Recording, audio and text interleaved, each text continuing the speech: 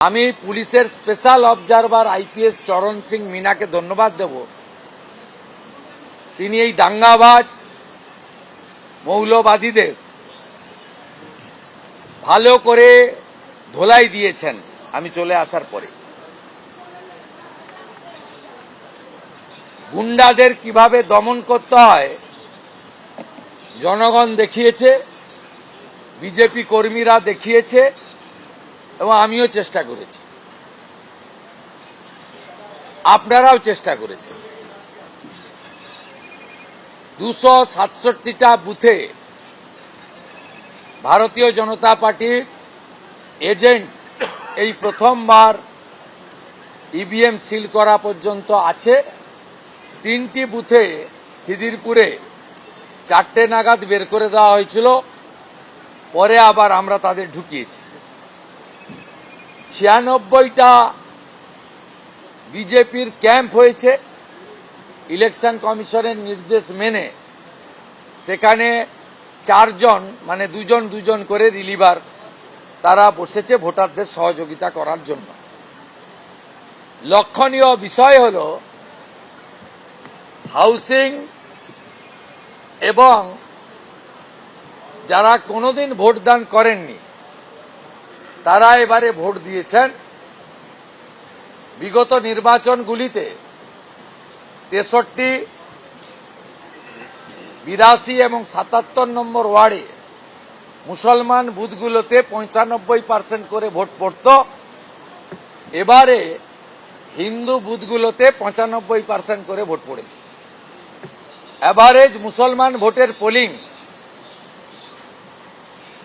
80-81%।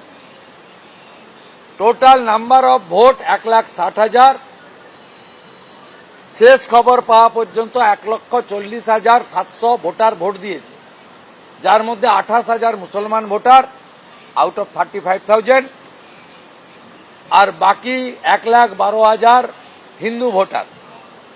হিন্দু ভোটারদের minimum 85%, maximum 90% voter বাঙালি অবাঙালি, হিন্দি বাংলা সব বাদ দিয়ে জয় শ্রীরামের ধ্বনিতে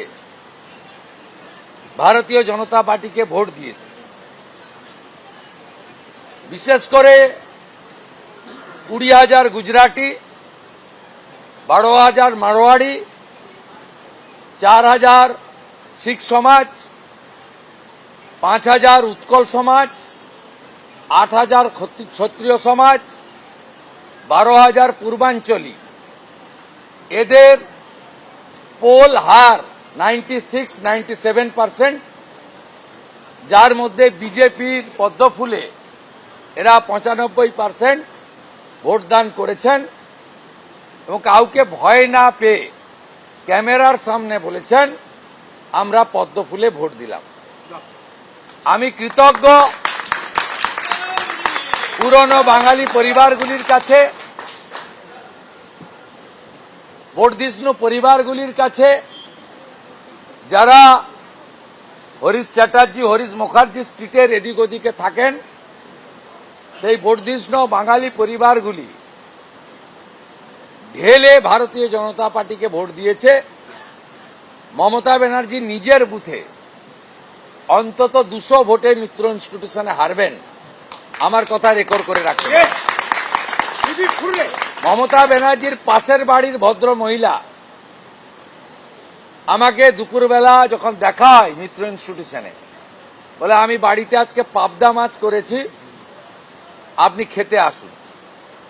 এটা আমার সাজানো ড্রামা নয়, অনেক সাংবাদিক বন্ধুর সামনেই তিনি এই মন্তব্য করেছেন। আমি যখন বিকালবেলা রমেশ মিত্র ইনস্টিটিউশনে যাচ্ছিলাম, সেখানে অনেকগুলো গরিব মানুষ, আমি তাদের বস্তি ঝুপড়ি এসব বলে মানে বলতে চাই না, তারাও সমাজের নাগরিক, সহনাগরিক, কিন্তু তারা অর্থনৈতিকভাবে দুর্বল। বড় লোকের বাড়িতে, অর্থনৈতিকভাবে শক্তিশালী লোকের বাড়িতে পরিচারিকার কাজ করে জীবনযাপন করেন।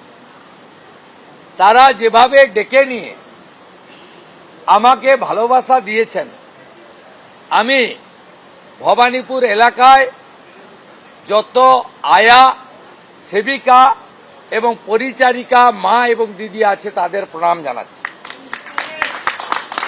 আমি আশাবাদী না, আমি নিশ্চিত 7টি ওয়ার্ডে আমার ন্যূনতম 30,000 লিড থাকবে। মমতা ব্যানার্জি 10 থেকে 12,000 লিড পাবেন 77 নম্বর ওয়ার্ডে।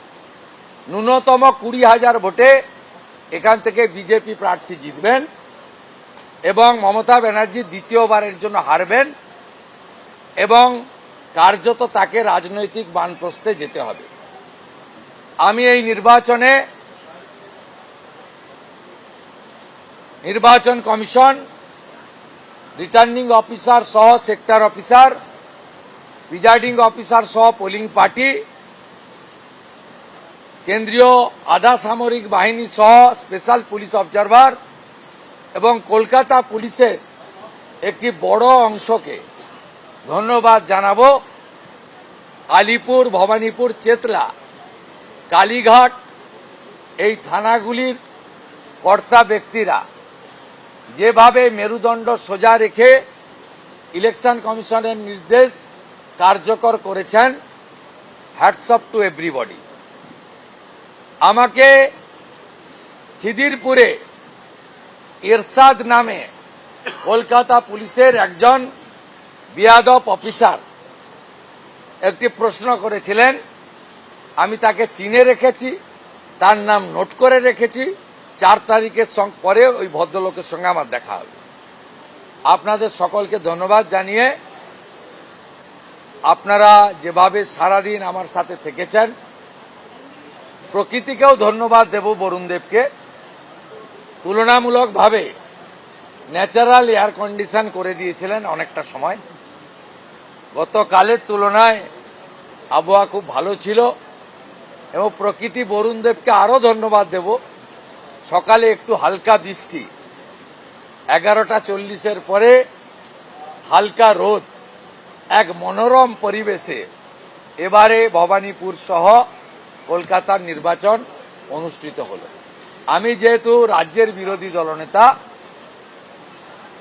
সম্পূর্ণ তথ্য না নিয়ে বলবো না, তবুও আমি ইলেকশন কমিশন, নির্বাচনের সঙ্গে কাজে যুক্ত আধিকারিক, রাজ্য পুলিশ, কেন্দ্রীয় আধা সামরিক বাহিনী, সংবাদ মাধ্যমকে এই ঐতিহাসিক নির্বাচনে গুরুত্বপূর্ণ ভূমিকা নেওয়ার জন্য আমার পক্ষ থেকে as a leader of opposition, outgoing leader of opposition, আমি সকলকে ধন্যবাদ জানিয়ে আমি এবারে 17C ফর্ম সংগ্রহ করব এখানে বসে। এবিপি আনন্দ, এগিয়ে থাকে, এগিয়ে রাখে।